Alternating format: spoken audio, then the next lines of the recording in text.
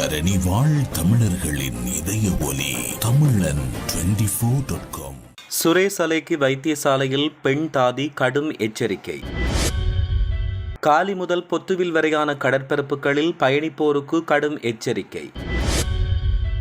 மாகாண சபை தேர்தலை நடத்த கோரி சுவரொட்டி. நண்பர்களுடன் விடுமுறையை கழிக்கச் சென்றவருக்கு இறுதியில் நடந்த துயர நிலை. தமிழர் பகுதியொன்றில் வினோத சம்பவம். திருடப்பட்ட இடத்துக்கு வந்த மோட்டார் சைக்கிள்.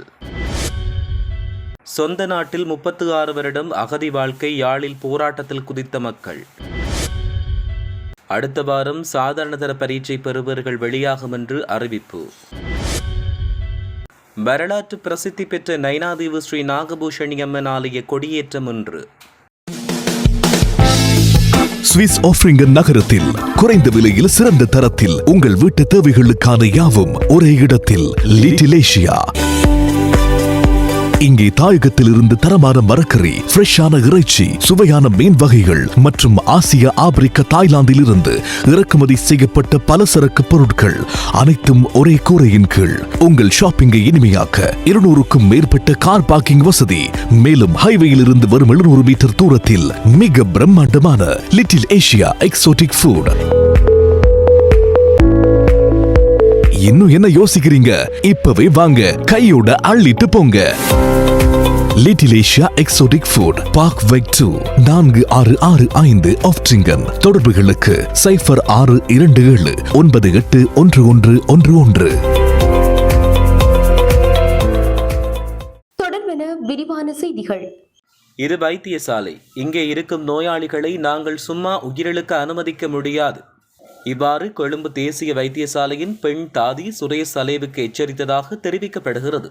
உயிர்த்த ஞாயிறு பயங்கரவாத தாக்குதல்கள் குறித்து பாதுகாப்பு பிரிவால் கைது செய்யப்பட்டு தடுத்து வைக்கப்பட்டுள்ள முன்னாள் புலனாய்வு பிரிவின் பணிப்பாளர் சுரேஷ் அலே முன்னெடுத்து வந்த உணவு தவிர்ப்பு போராட்டம் மற்றும் உடலில் ஏற்பட்ட திடீர் சிக்கலின் காரணமாக கடந்த 7ஆம் தேதி கொழும்பு தேசிய வைத்தியசாலையில் அவர் அனுமதிக்கப்பட்டார்.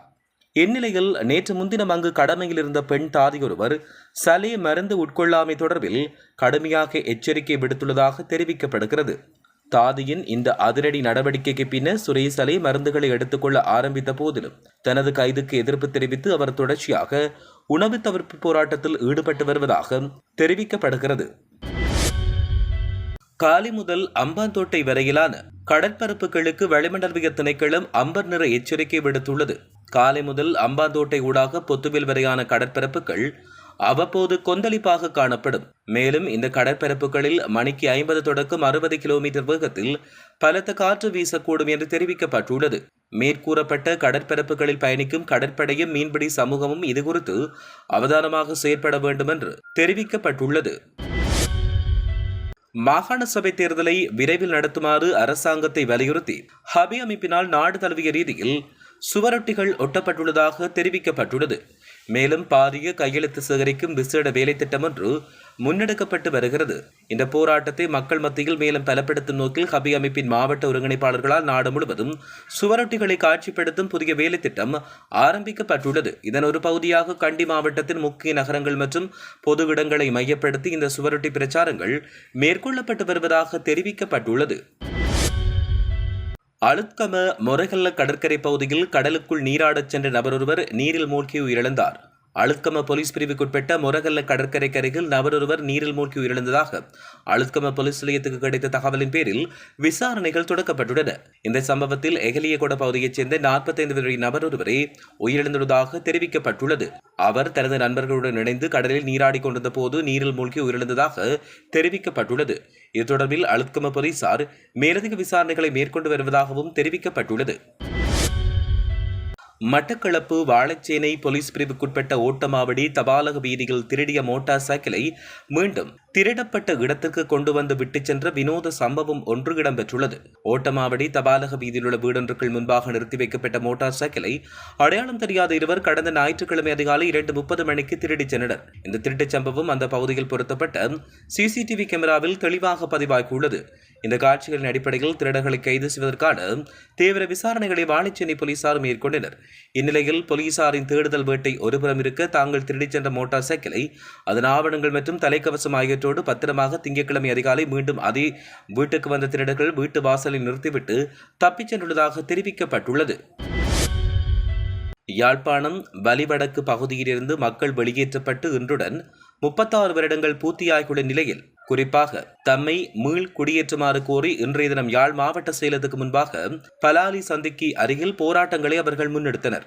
உள்நாட்டு யுத்தம் காரணமாக கடந்த 1990ஆம் ஆண்டு ஜூன் மாதம் 15ஆம் தேதி வலிவடக்கு பிரதேச மக்கள் அந்த பகுதியிலிருந்து வெளியேற்றப்பட்டனர். இந்நிலையில் இன்றைய தினம் அந்த பகுதி மக்கள் வெளியேற்றப்பட்டு 36 ஆண்டுகள் நிறைவடைகிறது. யுத்தம் நிறைவடைந்து 17 ஆண்டுகள் நிறைவேற்ற போதிலும் அந்த பகுதி மக்கள் இன்னும் மீள் குடியேற அனுமதிக்கப்படாமல் அந்த பகுதி மக்களின் காணிகளில் இராணுவத்தினர் நிலை கொண்டுள்ளனர். இந்நிலையில் தமது காணிகளில் இருந்து இராணுவத்தை வெளியேற்றி தம்மை தமது சொந்த இடங்களில் மீள்குடியேற அனுமதிக்க வேண்டும் என்று யாழ் மாவட்ட செயலகத்துக்கு முன்பாகவும் பலாலி சந்திக்கு அருகிலும் போராட்டங்கள் மேற்கொள்ளப்பட்டன. குறித்த போராட்டத்தில் காணி உரிமையாளர்கள், அரசியல்வாதிகள், சமூக செயற்பாட்டாளர்கள் என பல தரப்பினரும் இதில் கலந்து கொண்டிருந்தனர். 2025ஆம் ஆண்டிற்குரிய காப்போது சாதாரண தர பரீட்சை பெறுபேறு முடிவுகள் அடுத்த வாரம் வெளியிடப்படும் என எதிர்பார்க்கப்படுவதாக கல்வி மற்றும் உயர்கல்வி பிரதியமைச்சர் மதுர செனவிரத்தின தெரிவித்தார். ஜூன் மாதம் 15ஆம் தேதி இன்று பரீட்சை முடிவுகள் வெளியீடு தாமதமாகலாம் என்று செய்திகள் வெளியாகிய நிலையில் இந்த உத்தியோகபூர்வமான அறிவிப்பு வெளியாகியுள்ளது. இதுகுறித்து பரீட்சைகள் திணைக்களத்தின் செய்தி தொடர்பாளர் கூறுகையில் சுமார் 4,50,000 பாடசாலை மற்றும் தனியார் பரீட்சார்த்திகளின் பரீட்சை முடிவுகளை தயாரிக்கும் பணிகளும் அவர்களின் தரவுகளை கணினிமயமாக்கும் பணிகளும் தற்போது மிகவும் தீவிரமாக நடைபெற்று வருவதாகவும் இந்த பணிகள் தற்போது அதன் இறுதிப் பூச்சுக்களை எட்டியுள்ளதாகவும் குறிப்பிட்டார். இதற்கமைய அடுத்த வாரத்தில் முடிவுகள் 100% தயாராகி இணையதளத்தில் பதிவேற்றப்படும் என்று திணைக்களம் நம்பிக்கை வெளியிட்டுள்ளதாகவும் கூறப்படுகிறது. யாழ்ப்பாணத்தில் வரலாற்று பிரசித்தி பெற்ற நைனாதீவு ஸ்ரீ நாகபூஷணி அம்மன் ஆலயத்தின் பரபாவருட மகோற்சவ கொடியேற்றம் இன்றைய தினம் இனிதே ஆரம்பிக்கப்பட்டுள்ளது. நைனாதீவு ஸ்ரீ நாகபூஷணி அம்மன் ஆலயத்தின் மகோற்சவ பெரும் திருவிழாவை முன்னிட்டு நைனாதீவு பிரதேசம் விழா கோலம் பூண்டுள்ளது. 15 நாட்கள் நைனாதீவு ஸ்ரீ நாகபூஷணி அம்மன் மகோற்சவ பெரும் திருவிழா இடம்பெறும் நிலையில் இன்று கொடியேற்றம் ஆரம்பமாகி 28ஆம் தேதி தீர்த்திருவிழாவும் 29ஆம் தேதி தீர்த்த உற்சவமும் இடம்பெறவுள்ளது. நாட்டின் பல்வேறு பிரதேசங்களில் இருந்து மக்கள் நைனை அம்பாளை தரிசிக்க வருவதாக தெரிவிக்கப்பட்டுள்ளது. நைனாதீவு நாகபூஷணி அம்மன் கோயில் யாழ்ப்பாண மாவட்டத்தில் நைனாதீவில் உள்ள புகழ்பெற்ற இந்து கோயிலாகும். இந்த கோயில் 18 மகாசக்தி பீடங்களில் தேவியின் இடுப்பு பகுதி விழுந்த பீடமாகவும் தந்திர சூடாமணி கூறும் 51 சக்தி பீடங்களில் தேவியின் சிலம்புகள் விழுந்த பீடமாகவும் கருதப்படுகிறது. ஈழத்தில் நாகர்களின் முக்கிய பிரதேசமாக நைனாதீவு காணப்படுகிறது.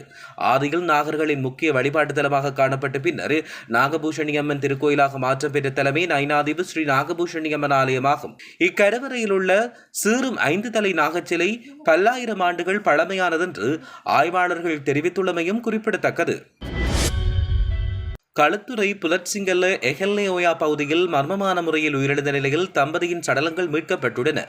புலட்சிங்கல்ல ஏகல்ல பகுதியில் அமைக்கப்பட்டுள்ள வீடொன்றின் மேல் மாடியில் வாடகைக்கு தங்கியிருந்த நிலையில் தம்பதிகள் சடலமாக மீட்கப்பட்டனர். வாடகை வீட்டில் வசித்து வந்த 62 வயது நபரும் அவரின் 2வது மனைவி என்று கூறப்படும் 55 வயது பெண்ணும் சடலமாக மீட்கப்பட்டுள்ளனர். மனைவியின் உடலில் இரத்தக்கரை இருப்பதாகவும் அவரது உடல் துணியால் மூடப்பட்டதாகவும் தெரிவிக்கப்பட்டுள்ளது. இது தொடர்பில் மேலதிக விசாரணைகளை போலீசார் ஆரம்பித்துள்ளதாக தெரிவிக்கப்பட்டுள்ளது. யாழ்ப்பாணம் நெடுந்தீவுக்கான பயணிகள் சேவையில் ஈடுபட்டு வந்த வடதாரகை படகு திருத்த வேலை நிறைவடைந்த நிலையில் இன்றைய தினம் திங்கட்கிழமை முதல் மீண்டும் சேவையில் இணைக்கப்பட்டுள்ளது. குறிகட்டுவா நெடுந்தீவுக்கிடையில் சேவையில் ஈடுபட்டு வந்த வடதாரகை படகு, நெடுந்தாரகை மற்றும் குமுதினி படகு ஆகிய 3ம் பழுதடைந்ததால் நெடுந்தீவுக்குரிய பயணத்தில் பெரும் நெருக்கடி ஏற்பட்டது. இந்நிலையில் குறித்த படகுகளை துரிதமாக திருத்தி மீண்டும் சேவையில் ஈடுபடுத்த நடவடிக்கை எடுக்கப்பட்டது.